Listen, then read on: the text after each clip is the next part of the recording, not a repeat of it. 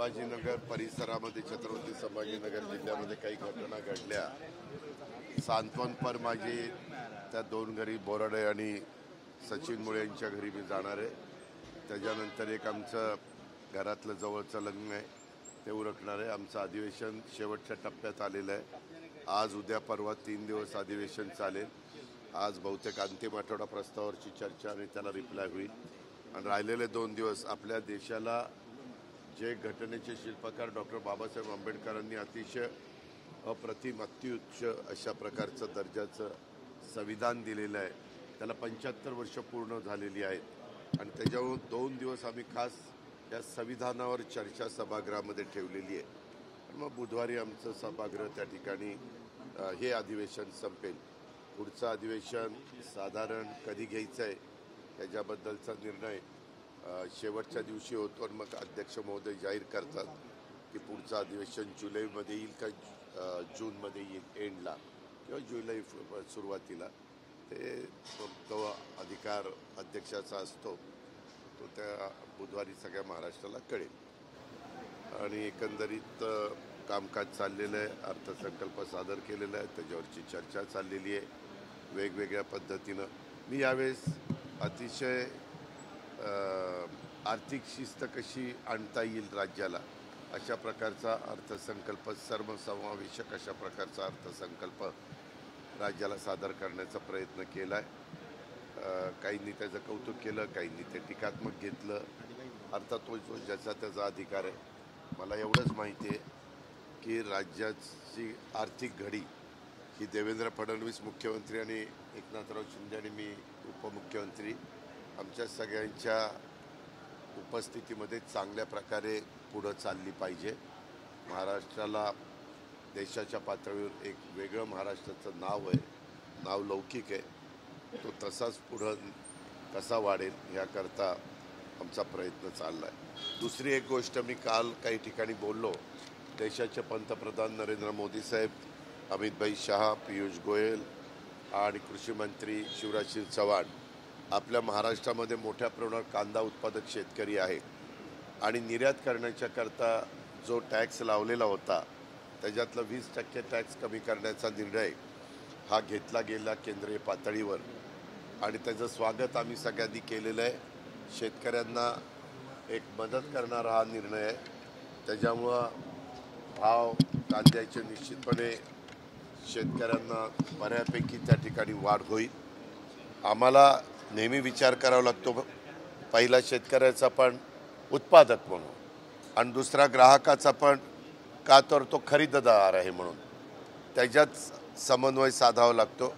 कारण शेतकऱ्यांनी जेवढा खर्च केलेला असतो तेवढा खर्च तर त्याला निघाला पाहिजे आणि त्याला त्याचं कुटुंब चालवायला देखील त्याच्यावर काही प्रॉफिट पण झाला पाहिजे। आणि जो खाणारा वर्ग आहे, कांदा खाणारा, त्या ग्राहकाला पण आवाचा सवा दरामध्ये हा कांद्याचा दर वाढता कामा नये अशा पद्धतीनं आम्ही जातो। कधी कधी दर इतके वाढतात की तो खाणारा नाराज होऊन जातो आणि कधी दर एवढे कमी होतात की तो उत्पादक शेतकरी अतिशय काकुळतीला येतो, मेटाकुटीला येतो, नावमेद होतो, खचून जातो। पण कालच्या या निर्णयामुळं निश्चितपणे दोघांनाही मदत होईल, विशेषतः शेतकरी वर्गाला मदत होईल। काय मला एक कळत नाही हो, छत्रपती शिवाजी महाराज आपल्याला सोडून 1680ला गेले, 1630चा त्यांचा जन्म, 1680ला ते गेले। आता हा सगळा काळ 80ला गेल्यानंतर आता आपण 2025 मध्ये का असे जुने मुद्दे कुठले तरी काढले जात आहेत? आता ही समाधी काय आज आहे का? त्याच्यावर संयुक्त महाराष्ट्राचा मंगलकार्य चव्हाण साहेबांनी आणला। चव्हाण साहेबांच्या पासून आत्ताच्या देवेंद्रजींच्या पर्यंत एवढ्या वेगवेगळ्या मान्यवरांनी मुख्यमंत्रीपद भूषवलं। अनेक पंतप्रधान आपल्या रायगडला येऊन गेले, अनेक राष्ट्रपती रायगडला येऊन गेले, अनेक वेगवेगळे राजकीय नेते येऊन गेले। आता मधीच कुठले ना कुठले मुद्दे काढले जातात। त्या मुद्दा मांडण्याचा अधिकार प्रत्येकाला आहे, पण माझं स्वतःचं मत असं आहे की ज्याच्यातून नवीन प्रश्न निर्माण होतील. आज आपल्या सगळ्यांच्या समोर जगाच्या, देशाच्या, राज्याच्या समोर AIचा प्रश्न आहे, कृत्रिम बुद्धिमत्ता. बजेटमध्ये देखील मी त्याच्या संदर्भात आर्टिफिशियल इंटेलिजन्सच्याबद्दल बोललेलो आहे. आपण बजेटमध्ये तरतूद केलेली आहे. ॲग्रिकल्चर कृषी क्षेत्रामध्ये देखील त्या रस्त्याने गेल्याशिवाय गत्यंतर नाही. त्याशिवाय माझ्या शेतकऱ्याची पाण्याची बचत होऊ शकत नाही, खताची बचत होऊ शकत नाही, उत्पादन वाढ होऊ शकत नाही आणि जमिनीचा पोत पण चांगला राहू शकत नाही. हे असे अनेक कंगोरे त्याला आहेत. त्याच्यामुळे ह्या गोष्टीला आम्ही महत्त्व देतो आहे. त्याच्याकरता लवकर काही कॉन्फरन्स घेता येईल का? काही बाबतीमध्ये त्याचं संशोधन मोठ्या प्रमाणावर झालं आहे. मोठ्या मोठ्या कंपन्या त्याच्यामध्ये उतरलेल्या आहेत आणि त्या रस्त्यांनी कसं आमचा कापूस, सोयाबीन, ऊस, केळी, वेगवेगळ्या फळबागा, धान अशी वेगवेगळी पिकं घेणारा, इव्हन कांदा असा पिकं घेणारा आपला महाराष्ट्रातला शेतकरी आहे, त्याला कशी मदत होईल. आणि त्याच्यातून हे जे आपल्याला ऐकावं लागतं, वाचायला मिळतं की बाबा शेतकऱ्यांनी इथं नावमेद होऊन आत्महत्या केली, त्यांनी आत्महत्येपासून त्याला परावृत्त करणं आणि त्याचं शेतीवाडी, त्याचं कुटुंब व्यवस्थितपणे चालेल आणि त्याच्या मुलाबाळांचं लग्नकार्य आणि शिक्षण व्यवस्थितपणे होईल, अशा ह्या सगळ्या गोष्टी त्याच्यातनं भागवल्या जाऊ शकतात. आणि त्यामुळं जगाने पण हे तंत्रज्ञान एक्सेप्ट केलेलं आहे. हे फक्त मी उदाहरणाखातर शेतीचं सांगितलं, पण ते सगळ्या क्षेत्रात आहे. काल पण एक चर्चा आमच्या इथं आंबेगाव मंचरला झाली. सगळे पत्रकार मित्र होते तिथं. पत्रकारांनी पण, वेगवेगळ्या संपादकांनी पण तिथं सूतोवाच केला की ह्याच्यामध्ये पण AIचा वापर त्या ठिकाणी केला गेला पाहिजे. असं कुठलं क्षेत्र आता मला नाही वाटत राहील की ज्याच्यात आता AIचा वापर नाही आहे.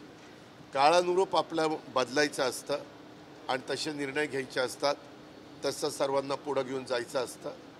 पण आपण मधून बघतो कोणी काहीतरी नवीन एखादा वक्तव्य करतं आणि मग तेवढ्यापुरतंच चर्चा सुरू होती. वास्तविक ती या चर्चेच्या पेक्षा आज तरुणींना रोजगार देणं, उद्योगधंदे मोठ्या प्रमाणावर त्या ठिकाणी येणं.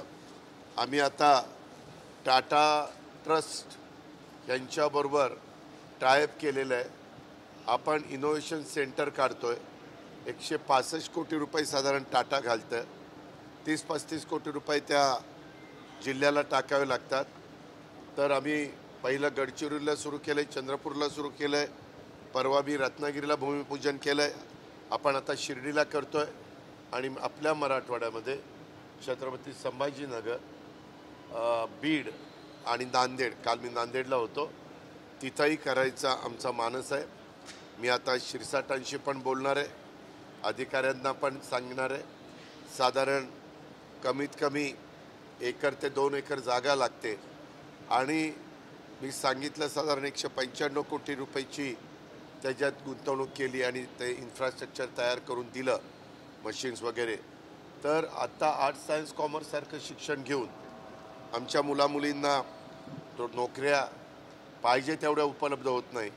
म्हणून कौशल्य विकास हा जो कार्यक्रम आम्ही हातामध्ये घेतलेला आहे आणि त्याच्यामध्ये जे कुठल्या कोर्सेसचं ट्रेनिंग देण्याची गरज आहे ते टाटाच्या बरोबर टायअप करून आम्ही आपल्या ह्या छत्रपती संभाजीनगरमधल्या पण मुलामुलींना देण्याचा आमचा मानस आहे. कारण इथं पण इंडस्ट्री मोठ्या प्रमाणावर वाढते आहे. बाकीचं जे काही मूलभूत गरजा आहेत म्हणजे इन्फ्रास्ट्रक्चरचे जे प्रोजेक्ट आहेत त्याला आम्ही प्राधान्य देतो आहे. त्याच्यामध्ये मग रस्ते आणि बाकीच्या सगळ्या सुविधा हेही काम आमचं चाललं. दादा, कुणाल कामरा यांनी स्टँडअप त्यामुळे एकनाथ शिंदेंवर टीका केली, त्यानंतर एकनाथ शिंदेंवर नाही, त्याच्याबद्दल तुम्ही बघितलेलं आहे. खरं तर कायदा, संविधान, नियम त्याच्या बाहेर कुणीच त्या ठिकाणी जाऊ नये. तुम्हाला प्रत्येकाला, तुम्हाला, मला, सगळ्या आजूबाजूच्या जनतेला जेवढा अधिकार दिलेला आहे संविधानाने, त्या अधिकाराचा वापर करून वैचारिक वेगवेगळ्या प्रकारच्या वक्तव्य प्रत्येकाचे असू शकतात, विचारधारा वेगवेगळी असू शकते, मतमतांतर असू शकतं, पण ते मांडताना आणि चर्चा त्याची होताना त्याच्यातनं नवीन प्रश्न निर्माण होऊन आमच्या पोलीस खात्याला पण वेगळं काही काम, कायदा सुव्यवस्था राखण्याचं निर्माण होणार नाही याची पण काळजी, खबरदारी ही प्रत्येक जबाबदार नागरिकांनी घेतली पाहिजे असं माझं मत आहे. धन्यवाद.